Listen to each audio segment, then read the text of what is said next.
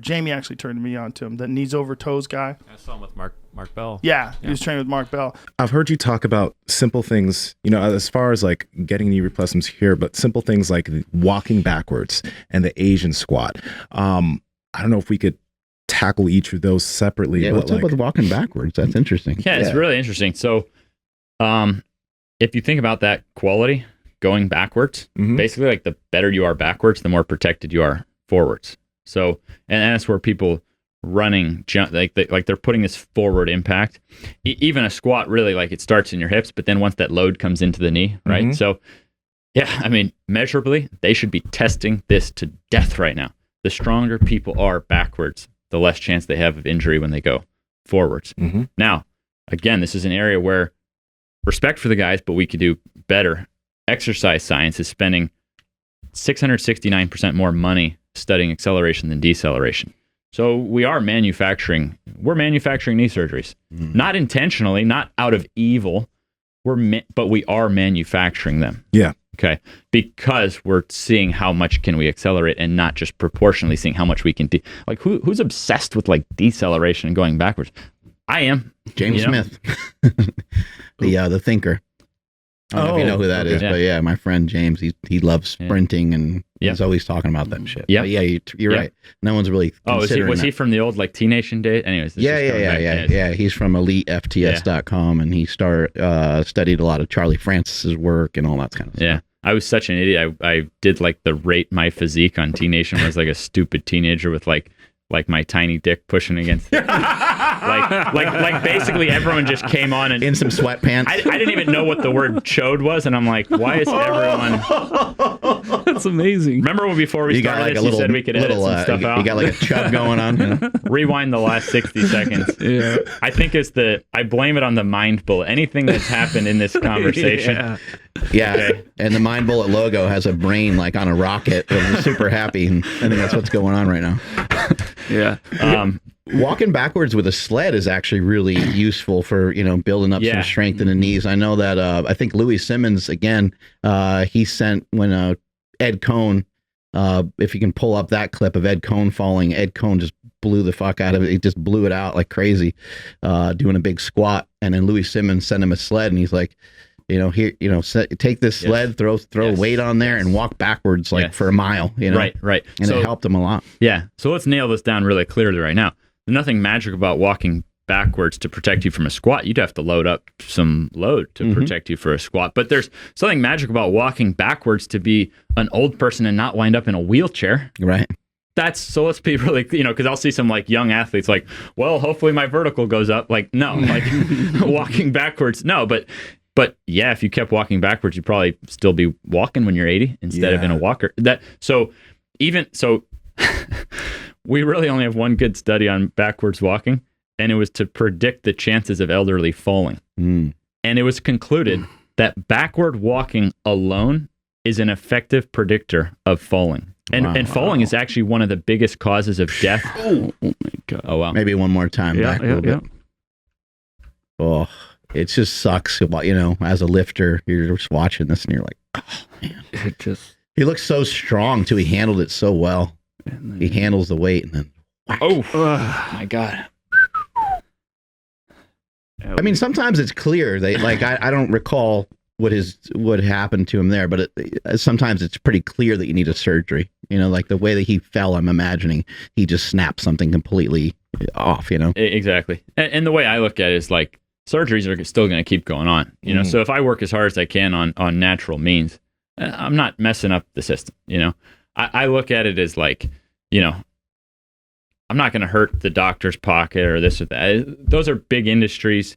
And if I even do my small part, then I'm saving some people money, There has to be people working on this from both sides. But so let's look at that quality, right? So if walking backward, you could even take shorter steps backward, like even that regresses. And then, so that's the only good study that I've seen so far on walking backwards. Now on running backwards in 13 to 15-year-old kids, there's two groups. One group, they did forward sprints. One group, they did backward sprints. At the end of it, for every 1 inch of vertical jump, the forwards group gained, the backwards group gained 4 inches of vertical jump. So if you look at a vertical jump, go ahead and look at every 40-inch vertical jump in NFL combine history, the knees went over the toes. Now stand there and I want you don't actually walk, but take your first step backwards. Okay, your knees over your toe. Mm-hmm. So quite a bit. Yeah. So backward walking would be the lowest level of knees over toes training, right? Maybe backwards walking uphill would add a nice resistance, maybe. Definitely. Yeah. So I have videos of showing basically everything you could possibly do to add resistance to walking back. I have like a dozen different options. So if we look at the most common, I have people around the world right now walking into their gyms, getting on the treadmill, not turning it on, and spinning that shit backwards. I was doing it at the hotel last night for a video to show I did go 2 minutes straight. I don't say longer than 2 minutes in a straight bout because on strength research, I don't know if you're really getting stronger at that point beyond 2 minutes, but I think you could actually get strong. Like you get a little more leg drive, a 2 minute. And I don't even do that stuff anymore unless it's occasionally for a video because I don't have to, but it is. So this concept of reversing out knee pain. So, my ATG fam guys are ROKP, like I have to make these things cool. I once had a whole high school football team who literally believed that bigger tibialis made them more attractive.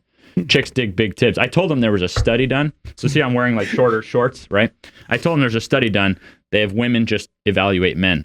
Then they had the same men wear shorter shorts, and the guys who trained tibs and VMOs were more attractive.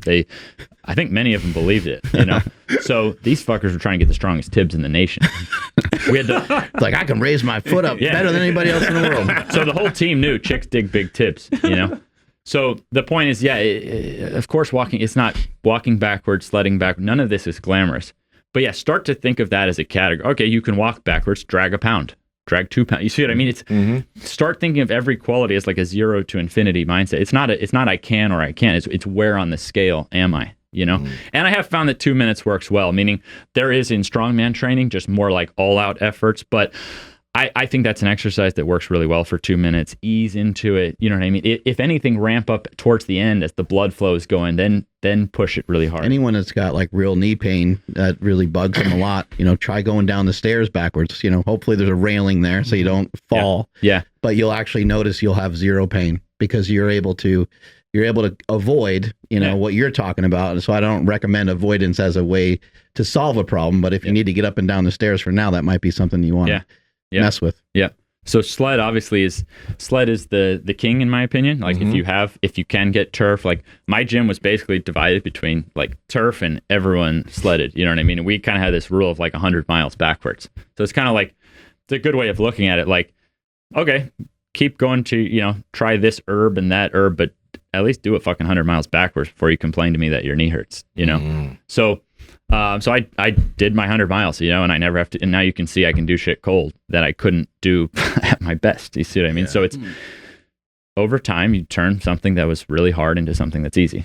We'll do a 10-minute backwards walk later. I was going to say, everyone that does their 10-minute walks. Be careful where you're walking, of your steps. And that's why a sled is great because you have the turf, right? And that's why the treadmill sled not turned will on. Balance you a little bit better, yeah. Yeah, and then the treadmill not turned on is a great one because it's safe there. And people are even making some of these kind of treadmills almost built for it. So depending on how much someone wants to spend, I like the Matrix S Drive is a good one. So it's built for that, and you can adjust the resistance. Nice. Okay. Wow. Now with the sled, because a million people ask how much weight does that. Sadly, there are different sleds have different frictions, and so I love measurable stuff. In this case, you can't really get an exact because it's going to be different from gym to gym, but figure out your measurements at your gym. So we're going to go today and we're going to do some of these 2-minute bouts, and we're going to figure out, a little goal for here. What's the right way? I already loaded the sleds with like half my weight and half your weight. It seems to be like a good amount for it. But again, from doing it, you can figure out then for your space, okay, what weight do I use? And you can feel how easy it is and how fast you can move. And you can, and if you wanted to do it as a test, it wouldn't be how far you can get in the 2 minutes. It would actually be how far you can get in the second minute of those 2 minutes. Because I don't want you just jumping into it like it's, get the pump. And then when you're so pumped that you can't hurt yourself and it feels freaking amazing, you know what I mean? That you would then test that part. That's the safest way to do it. Yeah. So I'm not asking everyone to test themselves, but you could. And at my gym, we had, records on the board and knew, who was the strongest backwards. I had NFL defensive backs who were, obsessed with this, and they practically wanted to like, okay, that's my program. I just go back, does a lot for you. And even the backward walking. So I mentioned backward walking predictor for falling. backward running a predictor for kids. And I think that's why for in the middle, the sled is so good, because just asking adults who have pain to start sprinting backwards, it is too much injury. It's too plyometric. There's too much going on. But then thinking that you'll get rid of your pain with walking backwards, it's not enough for those lifts. But I actually still think even the backward walking alone is good. And there's some interesting stuff showing that it might even help us mentally not to end up, you know, how certain of these dementia and stuff as we get older, it does something because you're now having to get into the moment. You can't walk backwards out of present time because you know what I mean? It's different.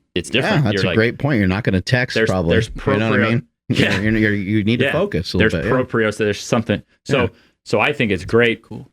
My wife walks backwards. So like for my wife, just going through life, you know, she's found the backwards walking actually has been very effective for her. So there are going to be a lot of people in your life that the backward walking alone will do really good. My mom's 66, and if you see her in these videos, I mean, she can jog and this and that, you know, and she walks backwards almost every day.